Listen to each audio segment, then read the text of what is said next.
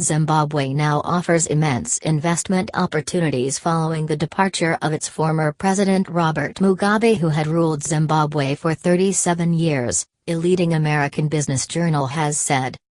In an article for the Harvard Business Review titled, "What Investors Need to Know After Mugabe," Anna Rosenberg and William Atwell, analysts at the Frontier Strategy Group, said although Harare's economy was still fragile, Mnangagwa's policy pronouncements inspired confidence among foreign investors. As Mnangagwa's economic reforms gather momentum, the Harvard Business Review noted Zimbabwe's economy would begin to recover gradually. For companies willing to take on some risks, now is the time to buy local assets, which, though priced in US dollars, are still fairly cheap because of the associated risk, reads the article. As Mnangagwa's reforms begin to gradually stabilize the economy, significant opportunities will emerge across an array of sectors and segments, both formal and informal, for companies hoping to expand in this relatively underserved, but high-potential market.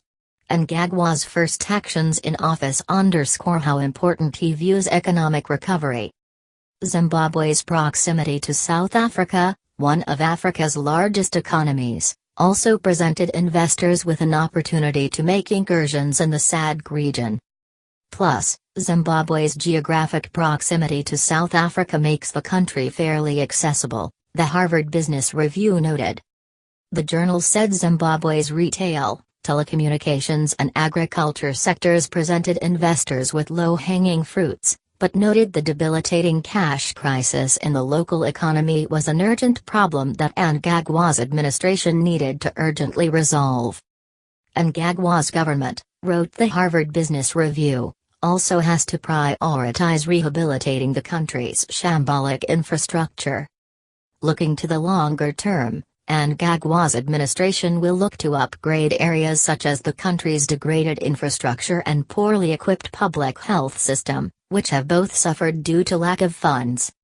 Technology solutions that help accelerate improvements of Zimbabwe's decaying infrastructure will also be in high demand, the business journal notes. It added that Harare's huge external debt obligations also needed to be settled, if the country was to access fresh credit lines. Zimbabwe's external debt stands at $7.2 billion. Moreover, having regularly defaulted on its debts, few international institutions are willing to lend to the government, forcing it to rely on poorly capitalized local banks.